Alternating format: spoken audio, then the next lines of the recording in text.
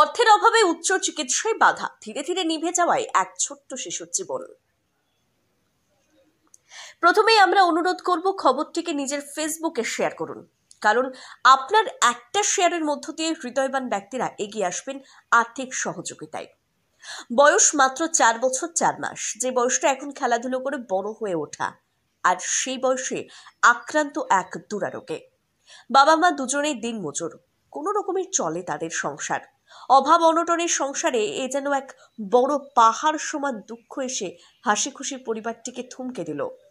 জলপাইগুড়ি জেলার ক্রান্তি ব্লকের রাজাডাঙ্গা গ্রাম পঞ্চায়েতের ধোলাবাড়ি গ্রামের বাসিন্দা আব্দুল ফারিকের একমাত্র কন্যা ফারহানা আক্তার, বয়স 4 বছর 5 মাস, দুরারোগে আক্রান্ত। পরিবারের সদস্যরা জানান, বর্তমানে শিলিগুড়ি উত্তরবঙ্গ মেডিকেল কলেজ হাসপাতালে চিকিৎসা চলছে। সেখানে ডাক্তারবাবুরা জানিয়েছেন খুব শীঘ্রই তাকে কলকাতায় চিকিৎসার জন্য নিয়ে যেতে হবে। কিভাবে মেয়ের চিকিৎসা করা যাবে এ নিয়ে রাতের ঘুম উড়ে গেছে পরিবারের সকলের। ইতিমধ্যে পরিবারটির আর্থিক সহযোগিতায় এগিয়ে আসেন স্বদেশ নির্মাণ ইনসিয়েটি ট্রাস্টের সহ সভাপতি মোহাম্মদ নূর নবিবুল ইসলাম।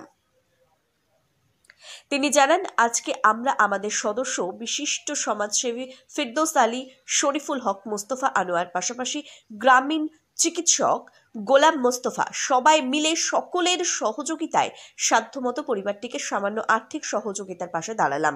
তিনি অশ্রু চোখে সমাজের সকল ব্যক্তিবর্গদের কাছে জাতি, ধর্ম, বর্ণ নির্বিশেষে মেয়েটির স্বাভাবিক জীবনে ফিরিয়ে আনবার জন্য আর্থিক সহযোগিতার আবেদন জানান। এদিকে পরিবারের সদস্যরাও সবার কাছে আর্থিক সহযোগিতার আবেদন জানান। ভাস্তি হয়, এটা তো প্রায় 4 মাস ধরে এরকম আক্রান্ত, ব্লাড ক্যান্সার হয়েছে। তো আমরা তো অনেকদিন থেকে চেষ্টা করতেছি, মালবাজার নিয়ে গেছিলাম, মালবাজার থেকে এখন আমাদেরকে শিলিগুড়ি ট্রান্সফার করে দিয়েছে। অনেকদিন থেকে চেষ্টা করতেছি, যা ছিল আমাদের স্বার্থের ভিতরে আমরা তো করলাম এতদিন থেকে। এখন তো শিলিগুড়িতে ট্রান্সফার করে দিয়েছে, এখন শিলিগুড়ি মেডিকেলে আছে। যা ছিল আমাদের আর্থিক সব কিছু বিক্রি করে দিয়ে আমরা এতদিন থেকে এসে বললাম, এখন তো হচ্ছে না, এখন তো ব্লাড ক্যান্সার হয়ে গেছে, তো আমাদের সাধ্যের বাইরে হয়ে যাচ্ছে। কত টাকার প্রয়োজন? এখন তো অনেক টাকার প্রয়োজন। ডাক্তার তো অনেক বলছে যে এখানে হবে কি না ঠিক নেই, এখন শিলিগুড়ি মেডিকেলে রাখছে, কিন্তু প্রায় 20-25 দিন থেকে মেডিকেলে আছে, তো মেডিকেলে কিচ্ছু হচ্ছে না। তো মেডিকেল থেকে বললো এখন কলকাতায় নিয়ে যেতে হবে, তো আমাদের তো সাধ্যের বাইরে হয়ে যাচ্ছে, কি করে নিয়ে যাব।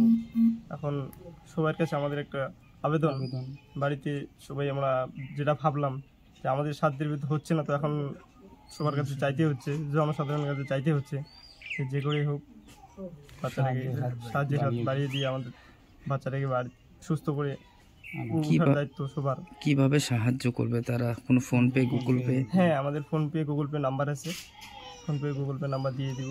আমার এই যে আঙ্কেল আছে, আঙ্কেলকে দিয়ে দিব, আঙ্কেল ইয়ে করে দিবে। কিন্তু সবাই যদি একটু আমাদেরকে সাহায্য করেন খুবই ভালো হয়। আমাদেরকে যা সহযোগিতা করলো আমাদের আঙ্কেল, তো আমরা